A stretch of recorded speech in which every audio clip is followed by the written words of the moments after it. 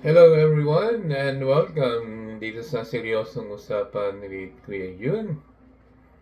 Bago ang lahat, nais ko muna kayong batiin ng isang magandang morning, good evening, and good afternoon. Nasaan man kayo naroon. At sana nasa mabuti kayong kalagayan. Sa ngayon, nandito ulit tayo sa trabaho at ating isisingit itong ating pagbablog. At ang ating pag-uusapan ngayon ay tungkol dito sa walang katapusan na hearing ni Senator Bato de la Rosa tungkol sa dito sa pinapaniwalaan niyang PDEA leaks. Pero ganyan, nais ko munang ipakita yung kaperasong bahagi dun sa hearing. At pagkatapos nun ay bigyan natin siya ng seryosong usapan. Final report that we have submitted to the Director General of PIDEA dated April 14, 2024. Okay, in the next slide please. Take a look at the two documents na sinasabi nating alleged PIDEA leaks. The pre-operation report and the authority to operate. If you are going to take a look at the two pictures there, makikita natin that those documents, number one, parehas po silang walang control number. Aside from these two documents na walang control number, yung documents pong ito were intentionally obliterated. And yung documents pong ito, most of the items therein ay remained unfilled. Ibig sabihin, this deprived the PIDEA para malaman po magkaroon ng idea kung talagang totoo or hindi or nag-e-exist yung dokumentong ito. Kasi hindi namin mabe-verify. In the investigation that we have conducted here during the past 2 years. Kapag na-disapprove o kaya hindi na-submit yung papel na yan, magkakaroon ng control number. Yes po. Correct? Yes Okay. po. Please continue. But napakalinaw po during the series of questions na tinanong po yung ating resource person that he cannot even present any evidence that would prove that these two documents ay talagang nangyari o totoo. In this pre-operation report, makikita... If you're going to say na hindi totoo yung papel na yan, parang na rin sinabi mo na ako inauto ni Morales. Kasi sinabi ko naman talaga, totoo. Makita mo na yung papel, no? Discolored. Andyan yung papel na yan. Ang tanong lang kayo kung sino may hawak. Ha? Your Honor, Ako naniniwala na may papel na ganyan talaga. Despite the fact na soft copy lang yan. Paano magkakaroon ng soft copy kung wala yung papel na yan? Recording in Diba? progress. Very clear yung papel. Brown na nga, sa kalumaan niya. Iulit, tingnan mo. Mga stain sa baba, Pwede ba yung i-computer generate yan? Yung papel na yan, i-imbituin mo yan? Pati yung butas doon sa panser? Just one. Physical examination of the papel. Although, Xerox lang yan. Pero yung original na papel yan, tingnan mo. Na lumang papel talaga yan. Kaya nga, ako yung naniniwala sa inyo na wala talaga sa inyo. Most likely, ito sa akin. Kung hindi man ito nalagay sa file ninyo, ito honest opinion ko ito. Kung hindi ito nalagay sa... Yun ho, yung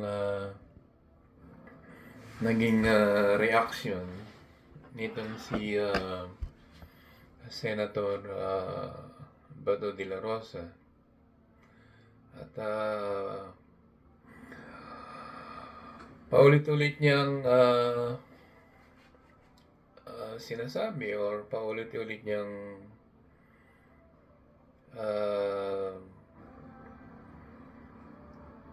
binabanggit na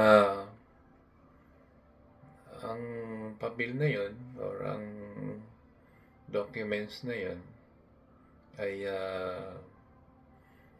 authentic para sa kanya kasi nga Yun nga, luma na raw at ayun, may butas siya ng puncture. So, nakita niyo yung ano niya, yung reaction niya.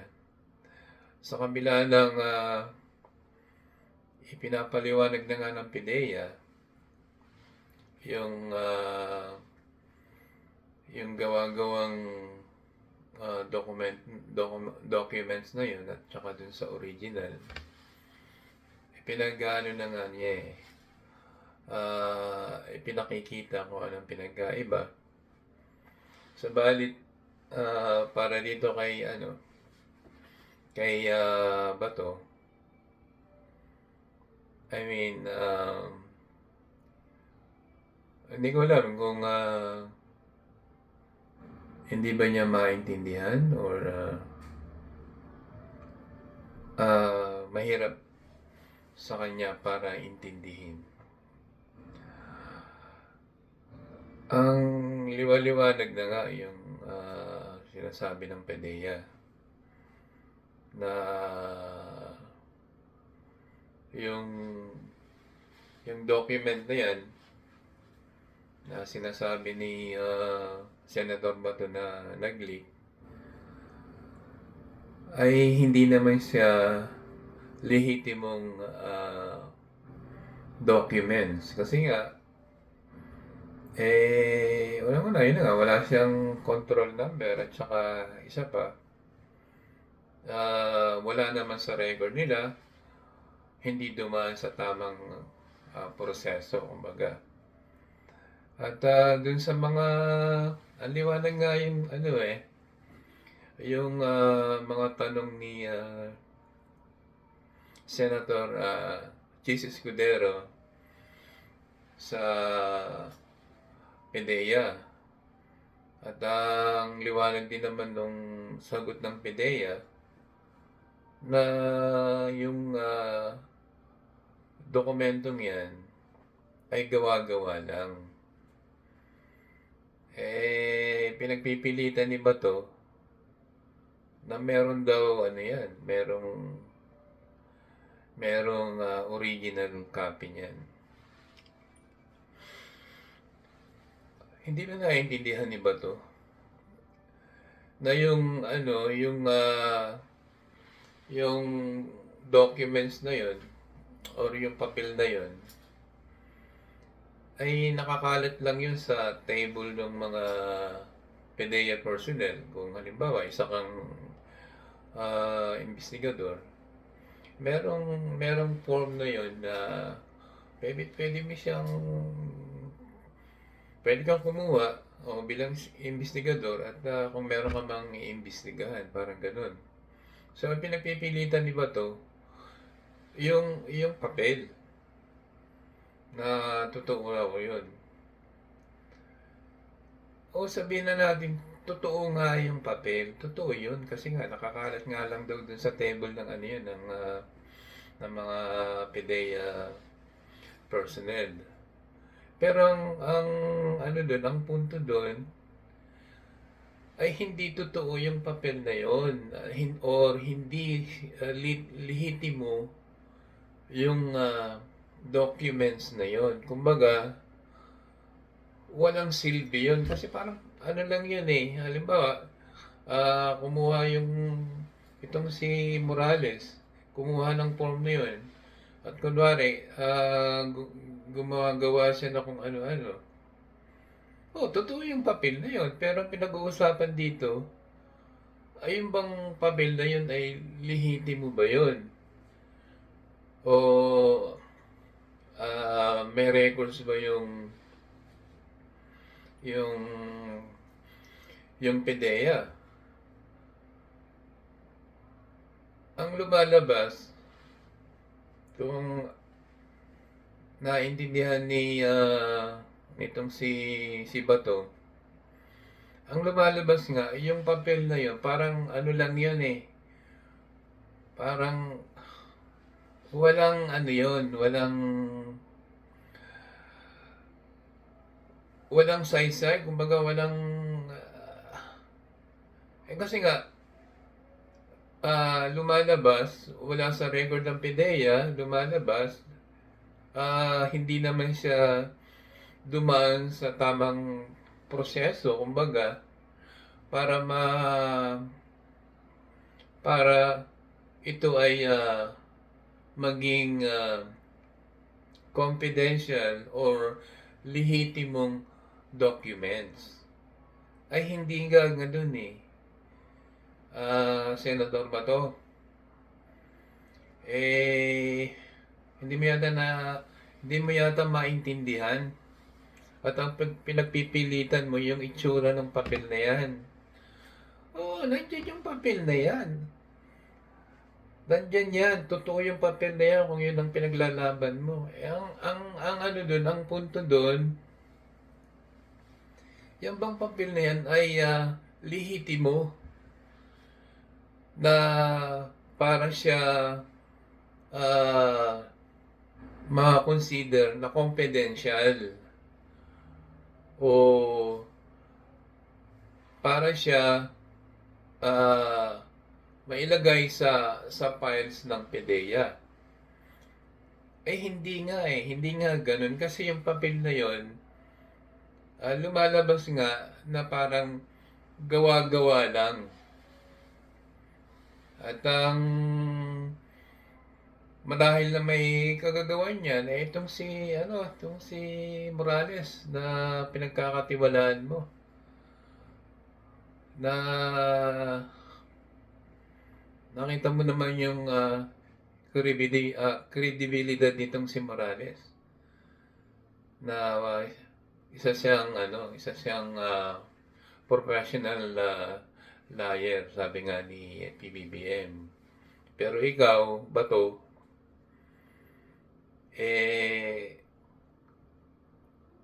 hindi ka pa rin kumbaga sa hindi mo makuha, hindi mo maintindihan. Ang pinagpipilitan mo na nandyan yung papel na yon ay lihitimo, kumbaga, pinapaliwanag na nga ng PIDEA na wala sa kanila yung papel na yon, hindi dumaan sa tamang proseso. Ibig sabihin, yun ay gawa-gawa lang nitong si Morales. At yun nga, lumabas na lang sa social media. At yun, bigla mo namang kinagat, dinala mo na kaagad yun sa Senado. At hindi malaman kung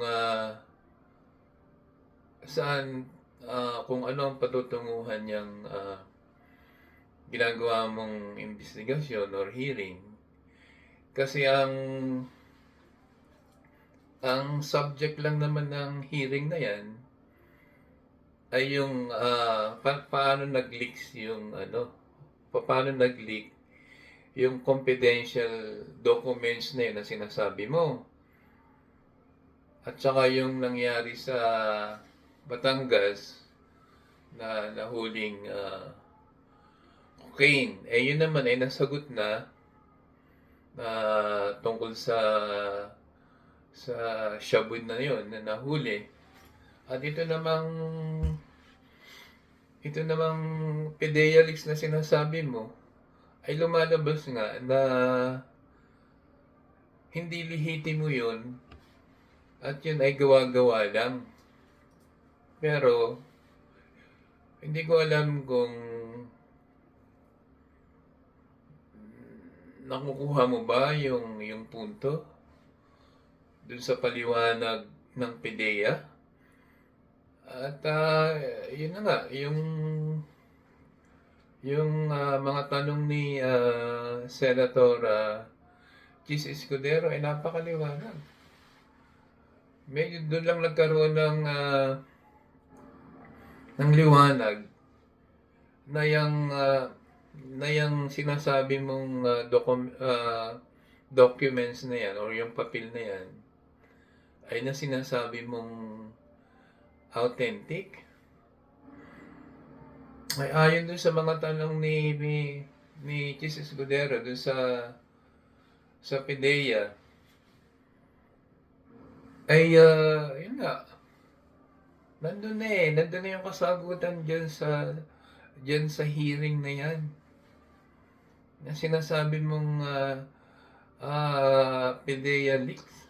Eh wala naman. Kasi yung documents na yan ay hindi naman lihitimo at yan ay gawa-gawa lang. Yun na nga, maralang may kagagawa niyan or talagang ang gumawa niyan ay itong si Morales. Eh, ikaw naman, Senador Bato, hindi ko malaman kung paano ba dapat or kung ano bang dapat gawin para isaksak dyan sa utak mo na ipaintindi na yung sinasabi mong documents or papel or dokumento na sinasabi mong authentic ay scratch lang yan. Kumbaga, doon lang sa nakita mong itsura ng papel, at saka doon lang sa nakita mong butas ng puncher, yun na yun. Yun ang sinasabi mong authentic na siya.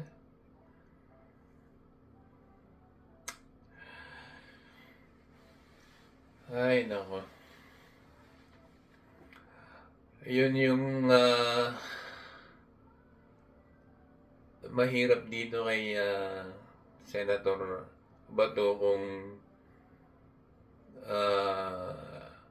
saan niya ba dadalhin itong pag-iimbestiga niyang tungkol dyan sa PDEA leaks na yan.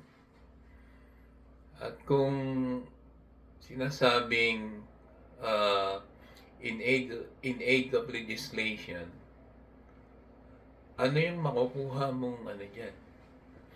Anong makukuha mong kumbaga nagagawing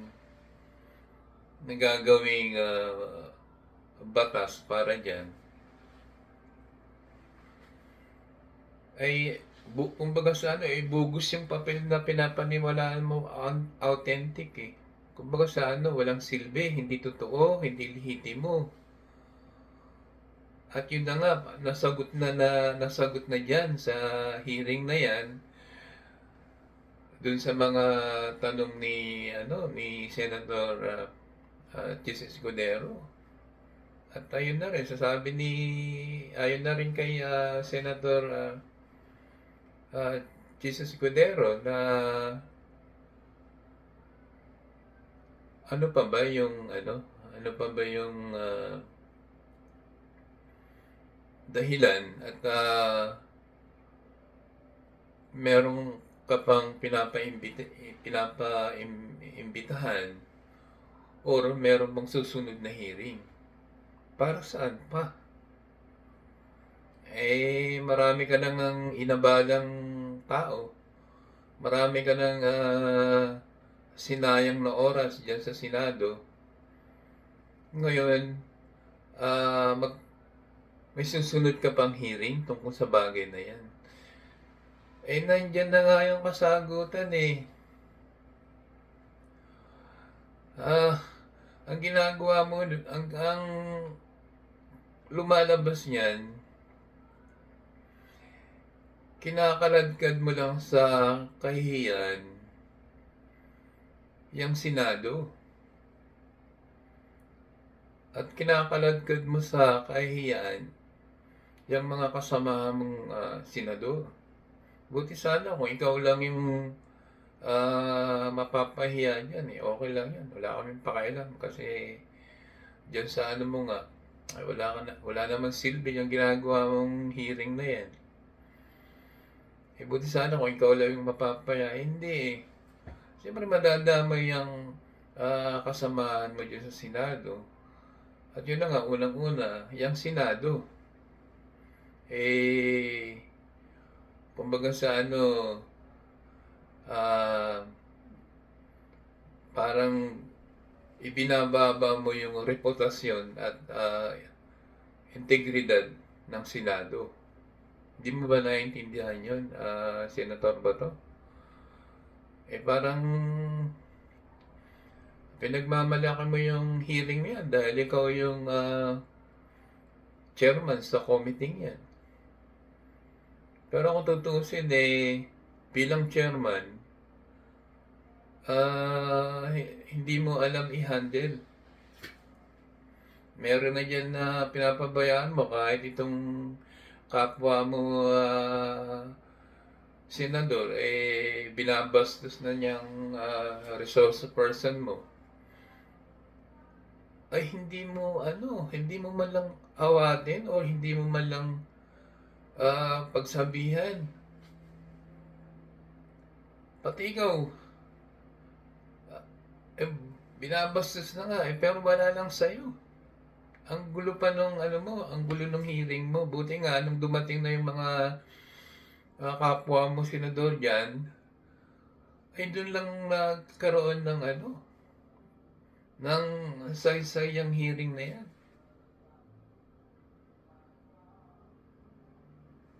At doon nagkaroon ng kaliwanagan. Pero ikaw,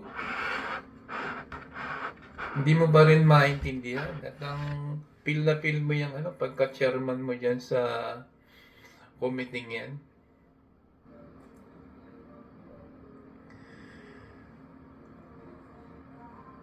Pinaparamdam na nga nila sa iyo o pinaparinig na nga nila sa iyo na limitahan. Wala magpapahiring ka pa. Para saan pa? Nandyan na nga yung mga kasagutan dyan na dyan sa sinasabi mong dyan sa subject na PDEA leaks na sinasabi mo.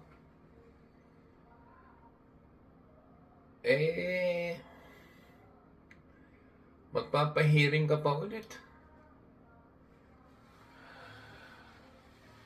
Okay, yun. Hanggang dito na lang at yun lang ang masasabi natin dito kay Senator Bato dito sa hearing niya na tungkol sa PDEA leaks. Ito, magpapahiring, may susunod pa pala na hearing. Ang dun, para saan pa?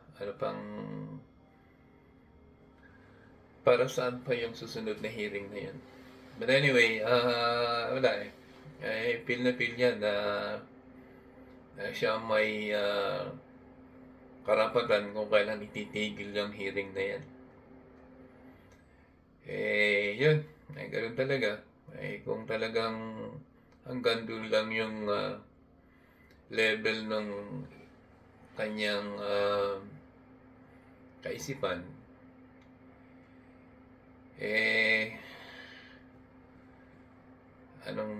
ano pa bang maaasahan natin dyan? Okay, yun lang at sana huwag niyong kalilimutang mag-share and likes at mag-subscribe. At yun, mag-comment din kayo sa comment section. Hanggang dito na lang at maraming salamat. Thank you for watching and see you next time. God bless.